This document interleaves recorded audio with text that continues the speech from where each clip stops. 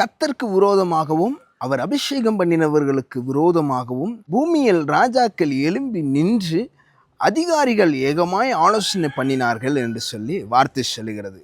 ஆமாங்க, இன்னைக்கு தேவ பிள்ளைகளை கர்த்தருக்கு விரோதமாகவும் அவர் அபிஷேகம் பண்ணினவர்களுக்கு விரோதமாகவும் எழும்புகிறதை நம்ம பார்க்கிறோம். வேதத்தில் தாவீதினிடத்தில் இருந்த ஒரு நல்ல குணம் என்ன அப்படின்னா, சவுல் கர்த்தருடைய ஆவியானவர் அவரை விட்டு போனாலும் கர்த்தர் அபிஷேகம் பண்ணின சவுல் மேல் என் கையை போடக்கூடாது என்பதில் அவர் தெளிவாய் இருந்ததை நம்மால் பார்க்க முடியும்.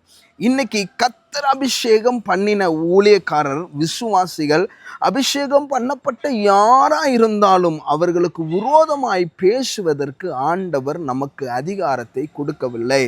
மாறாக அவர்களுக்காய் செபிக்கிற ஒரு அனுபவத்திற்குள்ள போனோம்.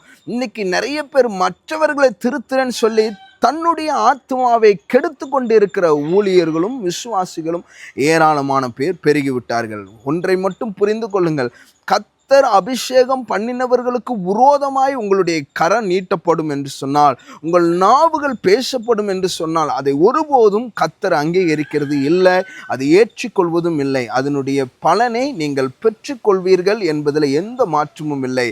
சவுலுக்கு விரோதமாய் தாவீது ஒருபோதும் எழும்பவில்லை. ஆனால் சவுலை கொன்றுவிட்டு அவர் பட்டயத்தினால் வெட்டி வந்த எதிர்பார்ப்பு, அவனை நான் கொலை செய்து விட்டேன், தாவீதிடத்தில் சொன்ன வெகுமதி கிடைக்கும் என்று வந்தபோது தாவீது சொல்கிறார், ஒரு அபிஷேகம் பண்ணப்பட்டவருடைய மேலே எப்படி நீ கை வைப்பாய் என்று சொல்லி அவனை வெட்டி போடுகிறதை நம்ம பார்க்கிறோம். உலகத்தில் ராஜாவாய் ஆவதற்கு முன்பாக தாவீது இன்னொரு ராஜாவை கர்த்தர் அபிஷேகம் பண்ணினவரை தொடுவதற்கு அனுமதிக்காத போது, இந்த உலகத்தில் தேவ பிள்ளைகளை கர்த்தர் அபிஷேகம் பண்ணி ஊழியர்கள் அபிஷேகம் பண்ணி வைத்திருக்கிற ஆண்டவர் ஒருவரையும் குற்றப்படுத்துவதையோ தொடுவதையோ அவர் விரும்புகிறது இல்லை. நீங்கள் ஒருவேளை அபிஷேகம் பண்ணினவர்களுக்கு விரோதமாய் ஆலோசனை பண்ணி அவர்களுக்கு விரோதமாய் எழும்புவீர்கள் என்று சொன்னால், இப்பொழுதே நீங்கள் மனம் திரும்பிக் கொள்ளுங்கள்.